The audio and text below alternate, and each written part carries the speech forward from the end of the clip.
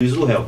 Se aquela nulidade não acarretou prejuízo, não se reconhece nulidade. Não, eu sei, doutora Luiz, eu estou fazendo essa outra colocação. Se essas provas são importantes, se elas foram juntadas pela própria Petrobras, né? Se elas realmente são importantes, tem que delimitar, inclusive, o que vai ser questionado amanhã. Se não pode ter relação com isso, que a defesa não teve acesso. Não teve acesso. Ela teve acesso. Ela teve acesso. O processo está à disposição dela. Ela pode acessar. Está do dia 8 ao dia 10.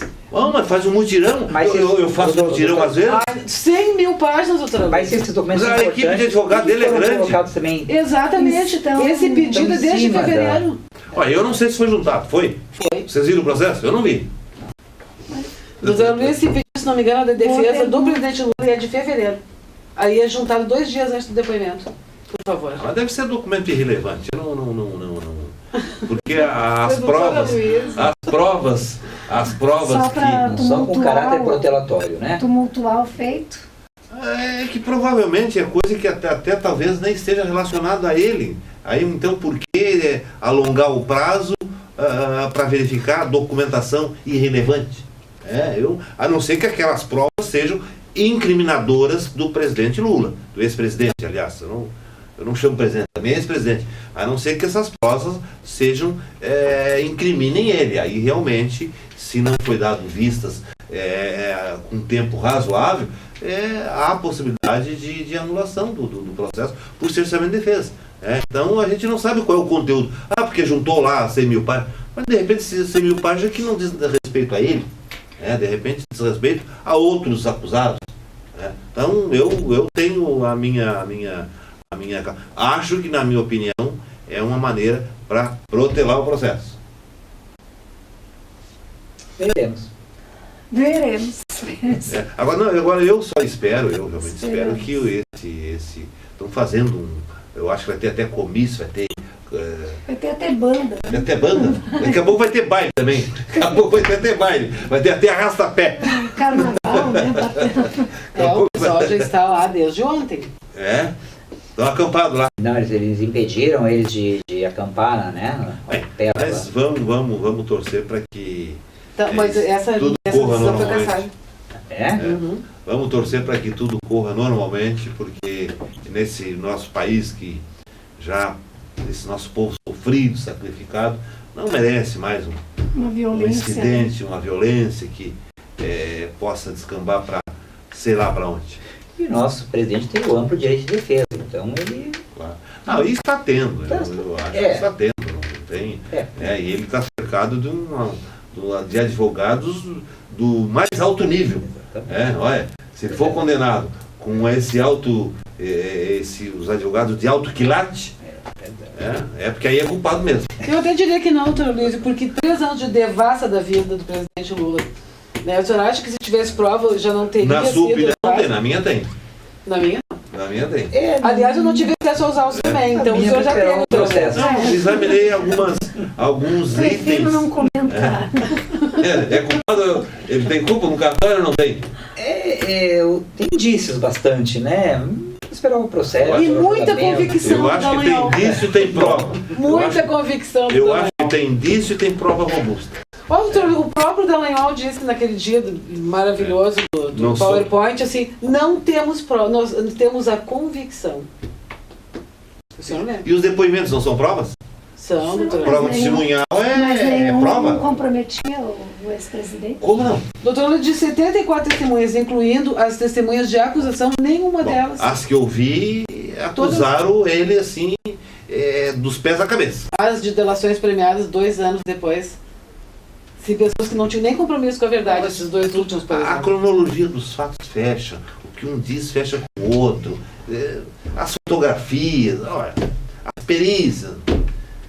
Mas vamos deixar esse trabalho para o judiciário. O nosso judiciário, na minha opinião, o doutor Sérgio Moro é um juiz isento.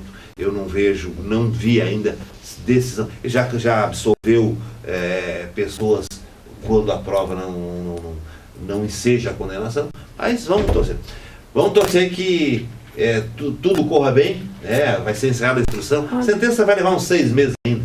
O presidente Lula... Não, e eles mesmo que venha a ser condenado, ele vai responder o processo solto até a adesão ao 2º grau. Quanto a isso, Eu tenho visto que há muita preocupação com eventual prisão na audiência, mas isso aí a possibilidade é zero de prisão do ex-presidente. Até porque realmente eu entendo que não há motivo para a prisão preventiva nele. Então, bem, nós vamos a um breve intervalo e já voltamos. Então, nessa ação penal 504-6512-94, continuidade do depoimento do senhor ex-presidente Luiz Inácio Lula da Silva. Aí eu pergunto ao senhor, considerando que algumas das visitas aqui apontadas pelo Dr. Júlio Noronha são exatamente dias após as visitas que foram efetuadas ao triplex, seja pelo senhor, seja por sua falecida esposa e filho, o senhor não mesmo assim o senhor não aproveitou esses contatos pessoais para falar que não tinha interesse? Procurador, apenas não são dias depois. Eu visitei o tal do triplex em fevereiro de 2014. Você está falando de dezembro de 2014. Não são dias, são quase um ano de diferença. Então vamos lá. O senhor falou que visitou em fevereiro de 2014, mas aqui consta uma reunião do senhor com o senhor Léo Pinheiro no dia 31/3/2014. Eu posso ter tido outras reuniões. O Léo não tratava de triplex, o Léo tratava de empresa, o Léo tratava de economia. Mas ele esteve com o senhor na visita Mas ao não triplex. conversou sobre o triplex.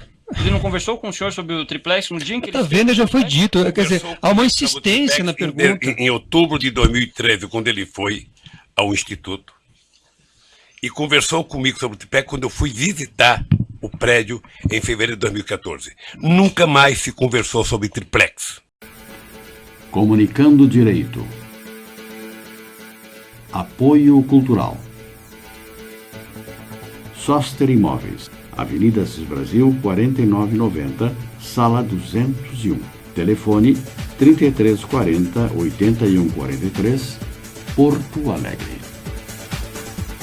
Farmácia Sanar, Santo Agostinho. Rua Pero Lobo Pinheiro, 2071, Sarandi. Farmácia Sanar Minuano, Avenida Sertório, 6873.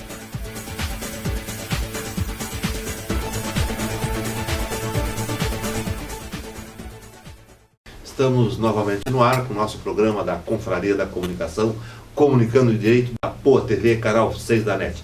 Agora nós vamos passar a fase das respostas às perguntas dos nossos telespectadores. Vamos lá, doutora Ângela, como é que começa aí? Telespectadora não identificada informa que é idosa e está passando privações. Tem 7 filhos que se recusam a auxiliá-la. Pergunta se pode ajuizar ação contra os filhos postulando alimentos. Doutor Demerval. Não é muito usual, não é muito comum, né, os pais solicitarem alimentos aos filhos.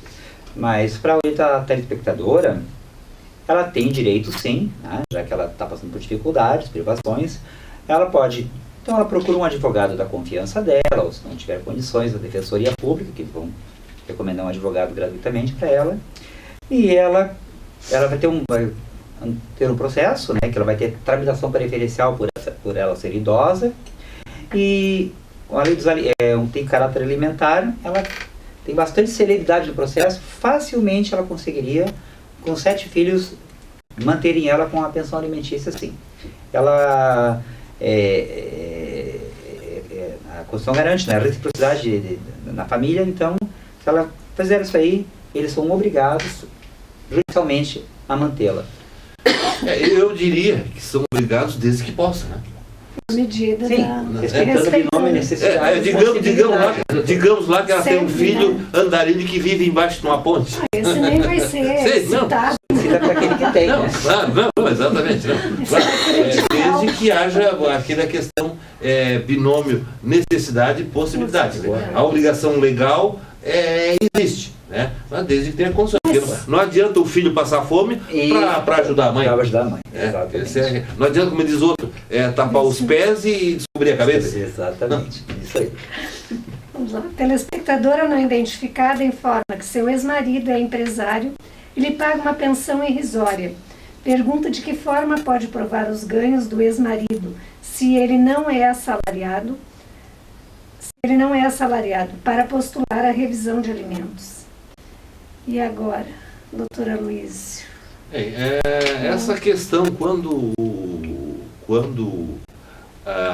o devedor dos alimentos, ou o pretenso devedor dos alimentos, ele não é assalariado, é uma questão tormentosa nos nossos tribunais, a fixação do valor dos alimentos, porque não sendo assalariado, quando é assalariado é fácil. Bom, ganha 10 mil, ganha 5 mil, um percentual sobre os seus ganhos, o seu salário, está resolvido o problema. Agora, quando ele é empresário, ele não tem assim um ganho estipulado. Até porque ele até tem, às vezes, um bom rendimento, mas isso ele é sonegado. Ou seja, ele recebe 30, 40, 50 mil e registra na contabilidade da empresa e recebe 4, 5 mil. Bom, aí quando ocorre isso, o judiciário ele se vale de outros elementos de prova. É o que se chama sinais exteriores de riqueza. Por exemplo, os locais que ele frequenta, o veículo que ele anda, a roupa que ele veste, quanto é que ele gasta de cartão de crédito. Então, analisando esse conjunto, esses sinais exteriores de riqueza, se então o juiz pode presumir mais ou menos quanto é que é a renda dele e fixar um percentual da renda sobre esse parâmetro. Arbitral. E a prova, doutora Luísa, disso? Pois é, a prova sinais exteriores. Não, faz Facebook. Olha lá ele desfilando de carro, de Mercedes, de Mitsubishi, de Ferrari. Ele está lá nas colunas sociais, frequentando lá o altos escalões. Ele anda só com roupa de marca. Bater fotografia. Olha aqui, ó, esse pobrezinho tá... Isso às vezes se chama ostentação, não situação financeira definida. Mas de qualquer maneira, isso se chama sinais exteriores de riqueza.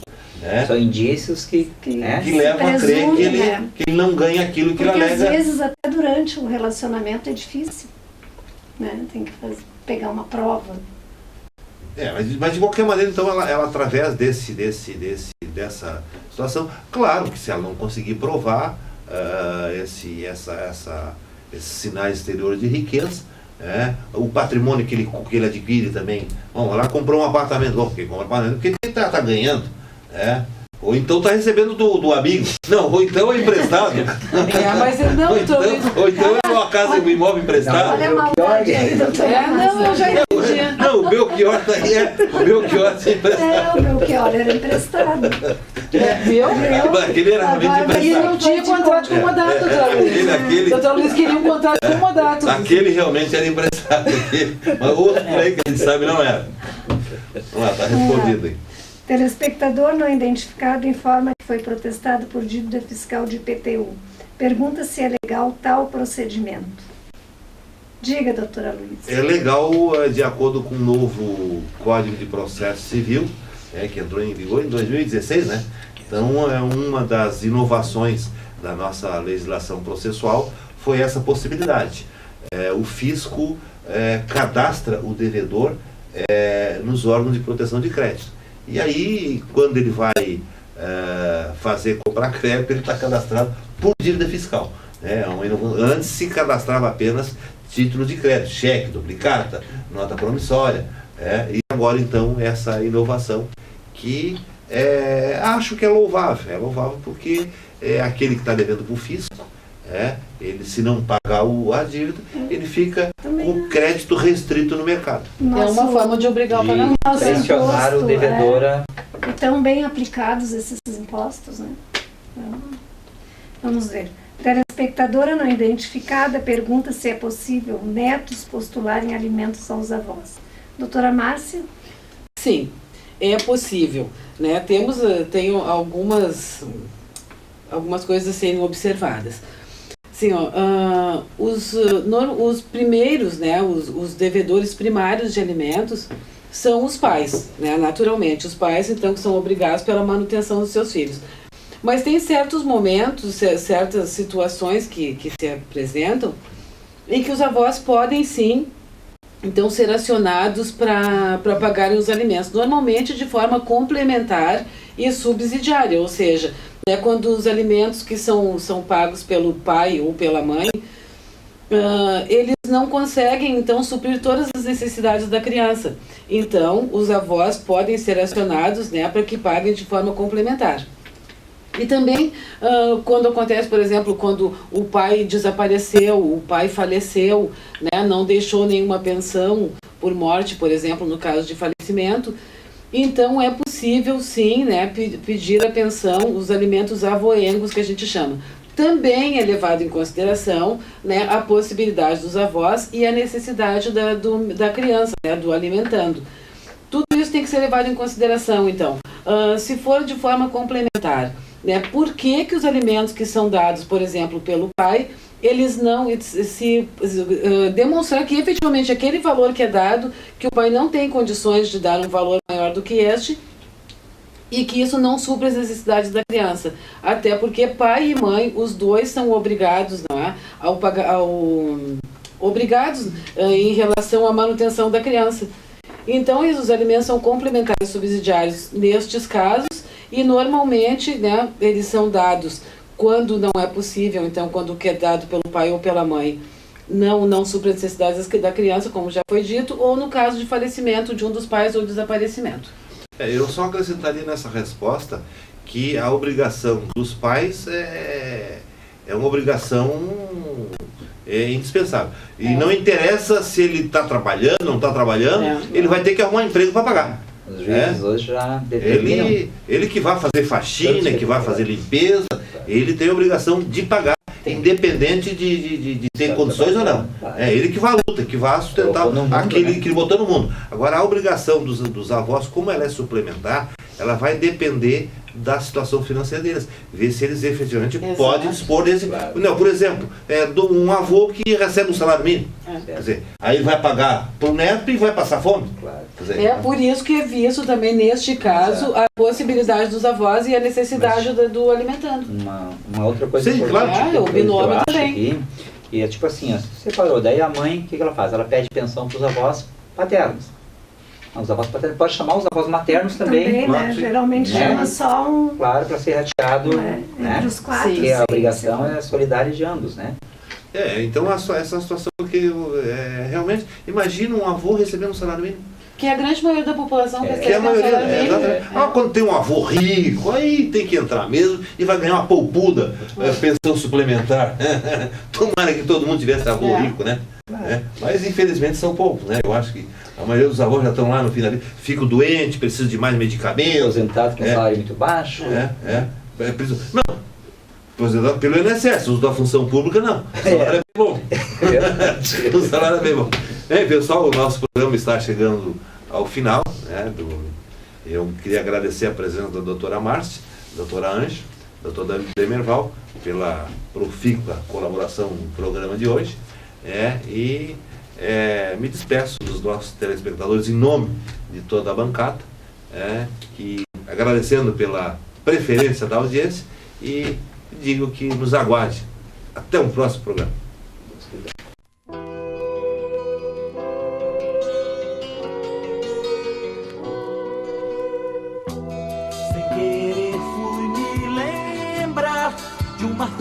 E seus ramalhetes, do amor anotado em bilhetes daquelas tardes. No muro do Sacré-Cœur, de uniforme e olhar de rapina,